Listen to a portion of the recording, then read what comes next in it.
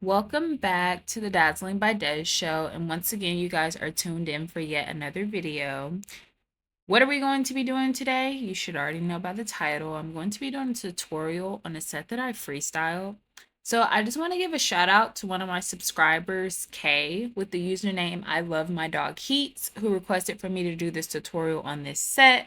I also wanted to thank everyone who showed love and support to my short that I recently posted. It actually helped me surpass my goal of 500 subscribers, so now I'm on the road to 1,000. And guys, I just started my YouTube, I think probably going on a year now. So, had I been more consistent, I probably would have already hit that milestone, but that's okay. I plan on locking in and being more consistent with my content. So, hopefully, I'll reach that goal in no time. So, anyways, today I'm going to be trying something different by using the peel off method, which should allow me to pop this set off at the end without causing any damage to my natural nail bed. So once I apply that polish and cure it, I'm going to go ahead and basically just size out my tips. And today, guys, I'm actually only going to be doing 4 fingers because the thumb is a repetitive design of the pointer finger. So I didn't find it necessary. Or maybe I was just being lazy. I don't know, but I definitely wanted to make this tutorial. When you are applying your tips, you guys want to make sure that you are applying it at a 45-degree angle. And you also want to make sure that you're not using too much glue or not enough glue because you're going to have issues with retention. You don't want it spilling out at the cuticle area or on the side walls. You just basically want it to come to the free edge of your nail tip, okay? I decided for this video that I'm going to give you guys a little nail ASMR since I have those long nails that I can click. It's so satisfying to me, so why not? We appreciate it. So crazy. Wait, let me.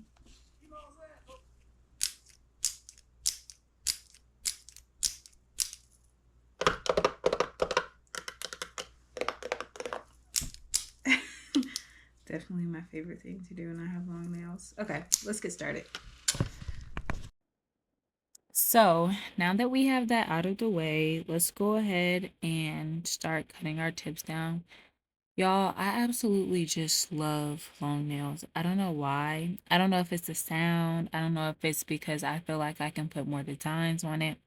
I don't know, but I have a healthy obsession with long nails. I do switch it up, but long nails are my go-to. So I just cut those down. I'm gonna kind of just file those off. I'm not really gonna be doing much prep here and like shaping or cleaning up my cuticles or anything like that because this is supposed to just be a pop-off set. So it's really more so just to show you guys the design. So right here, I'm just buffing just so that the polish can adhere to the nail without any issues, which in reality, I don't even think I needed to do that, but I did it anyway. So this is the base that I'm going to be going in with, which is just a like a pink polish, and then this is a like a light blue that I'm using. I don't even think I know how to pronounce that brand.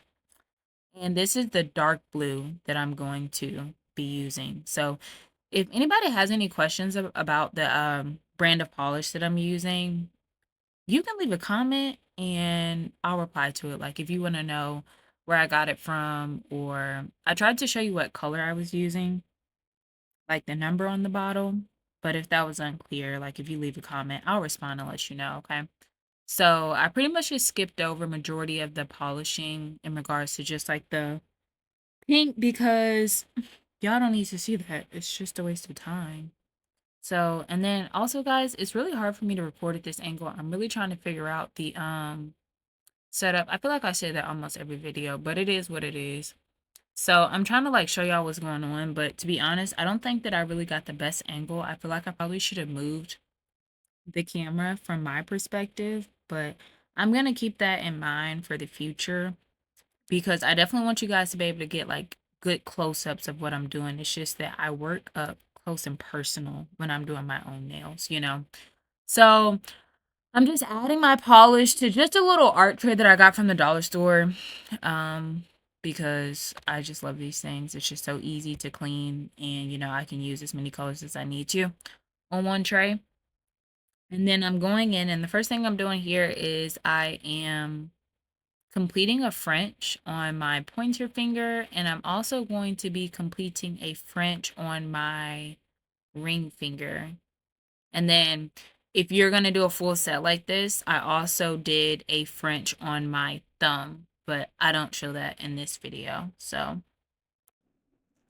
it's finally time for the fun part. So I'm going to grab the two shades of blue that I need to complete this set. And you'll also need a blooming gel to achieve this look. So on the middle finger, the easiest way to do this is to have something to place your polishes on. The way that I went about it was I grabbed these little paint trays from the Dollar Tree, and you will also need a brush to apply the color. So you're going to start by evenly coating the nail with the blooming gel. You're not going to cure it. You're basically going to go over it with the blue polish. So you're just going to use your brush and you're going to create whatever design you're going for. And sometimes you have to work relatively quickly because the blooming gel is going to continue to spread. Okay, so you basically want to get your design on there, and once you get your design on there, you're going to want to go ahead and cure that. So if you don't like the way that it looks the first time that you apply it, just wipe it off and start over. I've done that plenty of times, and I just repeat it until I execute the look that I'm going for. So after that, after it's cured, it's time for us to move on. And for this next step, you are going to either need a pigment powder that you can use for like an ombre effect, or you're going to need your airbrush. So for me, I'm going to be using airbrush. I love doing airbrush. I think it's so fun.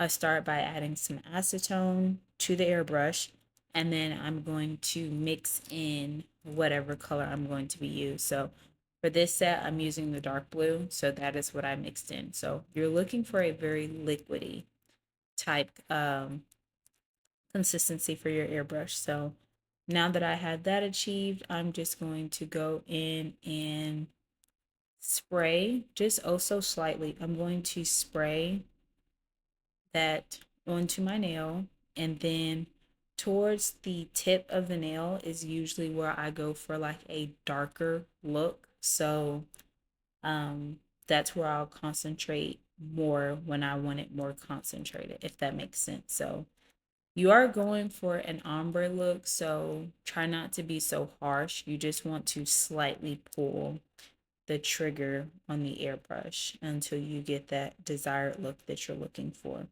So now that that step is done and out of the way, I want to say this is my last step. Maybe not. I don't know. I don't remember. Let's see. I'm basically going to be doing a reflective French, and this has been pretty like a pretty trendy design concept as of lately. And I have a love-hate relationship with it. Like French is no big deal for me, but this reflective French is almost like a mirrored French, if that makes sense. You have French on one side and then French on the other, if that makes sense. But I battle with this design for whatever reason. But okay, so I'm going to go in with my lighter shade of blue that kind of resembles like a sky blue. I'm going in with that light shade of blue on my pinky over that dark ombre look, and I'm looking for clean, crisp lines. That's pretty much the concept here, but sometimes it doesn't always come out that way. But if that's the case, just get you a little brush with a little alcohol, and you're going to remove whatever excess polish. What I will say is it's important that you either put a top coat over the ombre once you finish, because sometimes if you cure it and then you try to paint over it and you start using alcohol and acetone, it will remove the ombre. So you don't want to have to start all the way over. Just go ahead and put a top coat on it. Okay. So now I'm just going in with a charm that I'm adding to this set. To be honest, I can't even remember. Oh, it's a heart. I went in with the heart. At first, I was looking at a couple other options to see if I was going to switch it up, but then I was like, you know what? I'm just going to do it exactly like the set I originally had that someone asked me to make this tutorial for. So I'm just going in with some rhinestone glue and I'm going to place my charm on and then I'm just going to cure that. So that's pretty much going to be the finished product for this set. You'll need to top coat everything and you will probably need to do a final file if necessary, but this is the look. I absolutely loved it. I was just playing around with it and I just executed this. So anytime you guys are doing inspo, sometimes you just have to make it your own, and that's perfectly fine. It doesn't have to be exactly like the picture. Just do what works for you. So, if I post any other sets that you guys like and you're looking forward to a tutorial, just let me know. Oh, and let me point out the fact that I attempted to pop these off because this was supposed to be a pop off method, but that failed. I'm not quite sure what I did wrong, but it didn't work. So I am looking forward to actually properly attempting a pop off method in the future, but tonight was not the night, and that's okay. So thanks again for watching. If